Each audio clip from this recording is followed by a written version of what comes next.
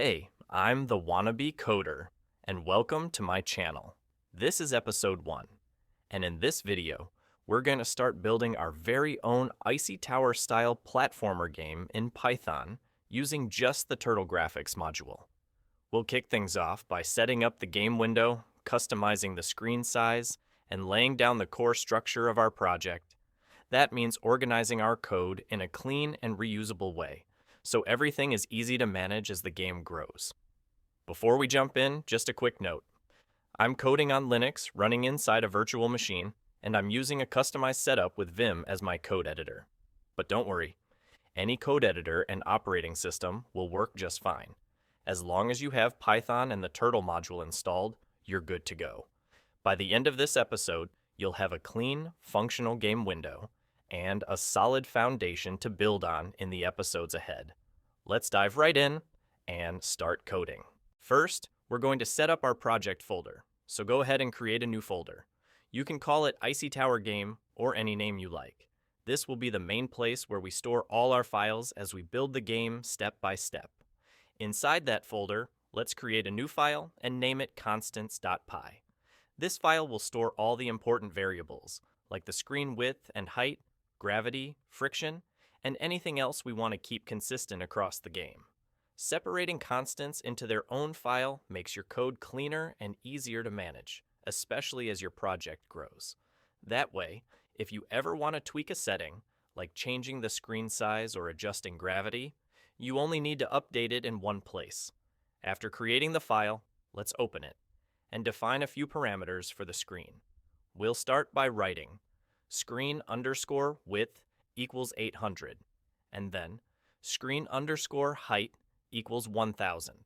I chose these values because they give the game a nice vertical feeling, perfect for a tower-style platformer. Next, we'll define another variable, screen_margin equals 20. This will help us add margins where needed later on. By the way, when writing constants in Python, it's a common convention to use all capital letters. It helps distinguish them from regular variables in your code. Now, one more good habit. At the very top of the file, you might see a short description written as a string. It's not part of the code, but it's a helpful comment that explains what the file is for, especially for someone opening it for the first time. It's good practice to include this kind of note because it gives context and helps keep your project clear and organized as it grows. Now, let's head over and create our main game file. We'll call it main.py, and of course, it should go in the main project directory, right next to constants.py. Once the file is created, let's open it and start coding. As you see at the top of the file, I've added a short note that explains the purpose of this file and what it handles. This file will take care of the screen setup, game initiation, keyboard bindings, and the game loop, which will be responsible for real-time updates as the game runs. Don't worry if that sounds unfamiliar. You'll understand it all shortly as we get to each part. But first, let's import the main module we're going to use, and that is the Turtle module. We start by writing our first line of code, import turtle. Now, what does import actually do? In Python, when you write import followed by a module name, you're telling Python to bring in a set of tools, kind of like adding a toolbox to your project. The Turtle module is already included with Python, and when we import it, we get access to all its functions, like creating a screen, drawing shapes, and handling movement on the screen. So by writing import turtle, we're making sure we can use everything Turtle has to offer in our game. Now, if you've never used Turtle before, here's a quick explanation. Turtle is a built-in module in Python that's designed to make it easy to create graphics and animations. It works kind of like a digital pen or a turtle that moves around the screen, drawing lines as it goes. You can tell it where to move, what to draw, and how to behave. It's a great tool for learning programming concepts and for building simple 2D games, like the one we're making here. Now, right after we've imported Turtle, let's also import the variables we defined earlier in constants.py, so we can use them here in this file. To do that, right after we write import turtle, we add this line, from constants import asterisk. This tells Python to bring in everything from the constants file, So all the variables like screen width, height, and margin will be available here. Now in general, it's considered good practice to import only the specific variables you need, instead of importing all of them. But for now, to keep things simple and avoid updating this line every time we add a new variable, I'm importing everything using the asterisk. Later on, in the final episode, I'll come back and update this line to import only what we actually use. Now let's continue by setting up the game screen. We're going to create the screen using a function. Technically, we could do it without a function, just by writing the code directly in the main file. But to keep things organized and easy to manage, we'll wrap the screen setup inside a dedicated function. This helps us follow a clean structure where each part of the game is separated into its own section. It also makes the code easier to read, reuse, and test. Later on, we'll call this function from inside the main function, which is the function that runs and initializes everything in the game. So let's go ahead and create it now. We'll call the function initScreen, short for initialize screen. Start by writing def init underscore screen with parentheses, then a colon. Right below that, I add a short string in quotes that explains what the function does. It's not part of the code, it's just a description. In Python, this is called a docstring, and it's a good habit to include one at the start of every function. Next, we write screen equals turtle.screen with parentheses. Notice that screen starts with a capital S. This creates the game window using Turtle. It gives us a screen object that we can customize and control. Then we write screen.tracer with 0 inside the parentheses. This turns off automatic screen updates. By doing that, we get full control over when the screen is redrawn, which helps keep the game running smoothly. The number 0 here means there's no animation. It updates instantly only when we tell it to. Next, we write screen.title, and inside the parentheses, we put a string like Icy Tower in Python at the wannabe coder. This sets the title of the game window, which appears at the top of the screen. Then we set the screen size, screen.setup with screen underscore width and screen underscore height. These values come from the constants file, so we can easily change them from one place later on if needed. After that, we write screen.bgcolor and pass in the word black. This sets the background color of the game window to black. And finally, we write return screen.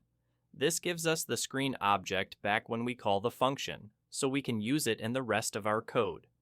Now, all these words, tracer, title, setup, and bgcolor, are built-in functions that come with the Turtle module. They let us control how the screen looks and behaves. Also, a quick heads up, you might see extra symbols or colorful words on my screen. As I mentioned earlier, I'm using a customized version of Vim as my code editor.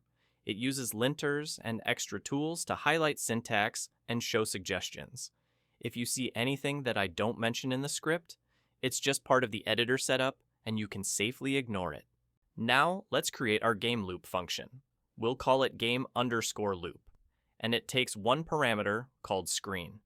This screen parameter lets the function control the turtle screen object, which is necessary for updating and redrawing everything on the screen. Here's how we start. Def game_loop, open parenthesis, screen, close parenthesis, colon. Right below that, we add a docstring, a string that explains what the purpose of the function is. In this case, the function is the main game loop that handles real-time updates. Inside the function, the first thing we write is screen.update with parentheses. This line forces the screen to redraw, showing any changes made to the game state since the last frame. We do this manually because earlier we turned off automatic updates using tracer 0. Now we control exactly when the screen should refresh, and this helps the game feel fast and smooth. Next, we use the turtle method called onTimer. We write screen.onTimer, and inside the parentheses, we pass in a lambda function that calls game loop again. We use lambda here because our function takes a parameter, so we need a way to call it with that parameter later. This line is what actually creates the loop and makes the repetition happen again and again. It tells the program to call the game loop function again after a small delay.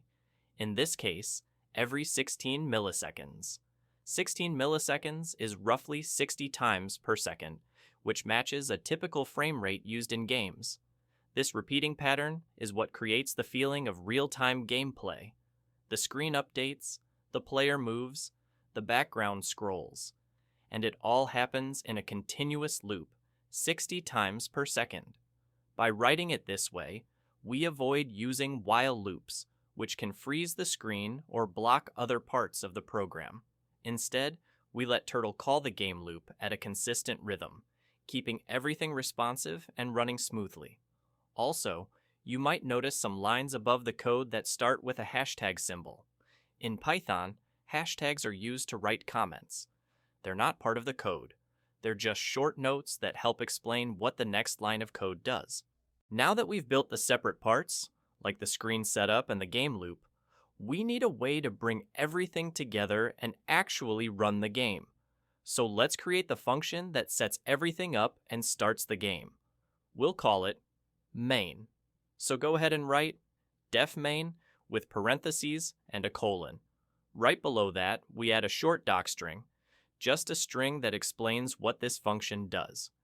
This is the function that initializes and starts the Icy Tower game. It sets up the screen, creates the player and platforms, binds the keyboard controls, and starts the real-time game loop.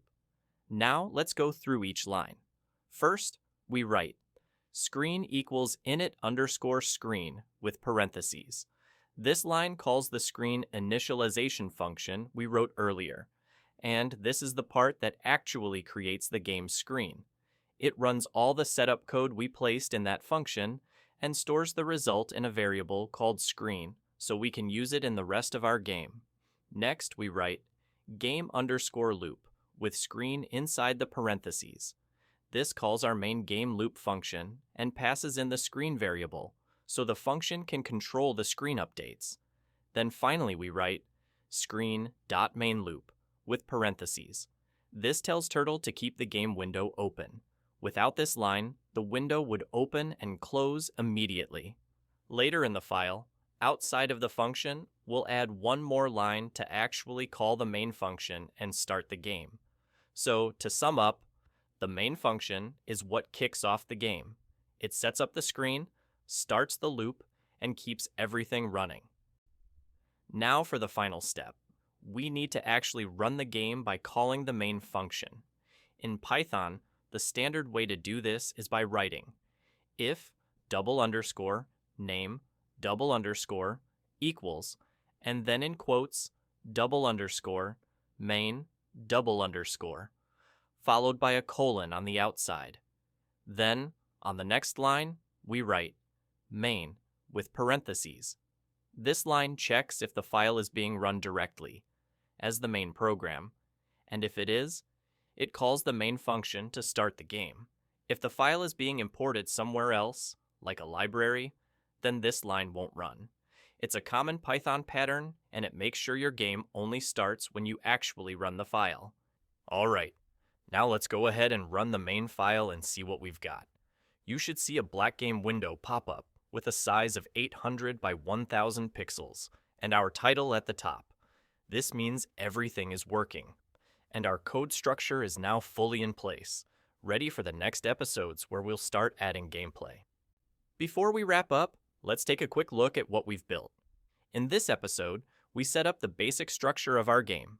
We created the screen, built a clean main function, and set up a game loop that handles real-time updates. Everything is modular and ready to grow, which means we're all set for the fun parts ahead. In the next episode, we'll start adding the platforms and walls that make up the tower. You'll learn how to use Turtle to draw shapes and how to organize your code into a platform renderer. It's going to look awesome, so don't miss it. If you found this helpful, a like and subscribe would really help support the channel. And make sure you don't miss what's coming next. I'm the Wannabe Coder. Thanks for watching, and I'll see you in the next episode.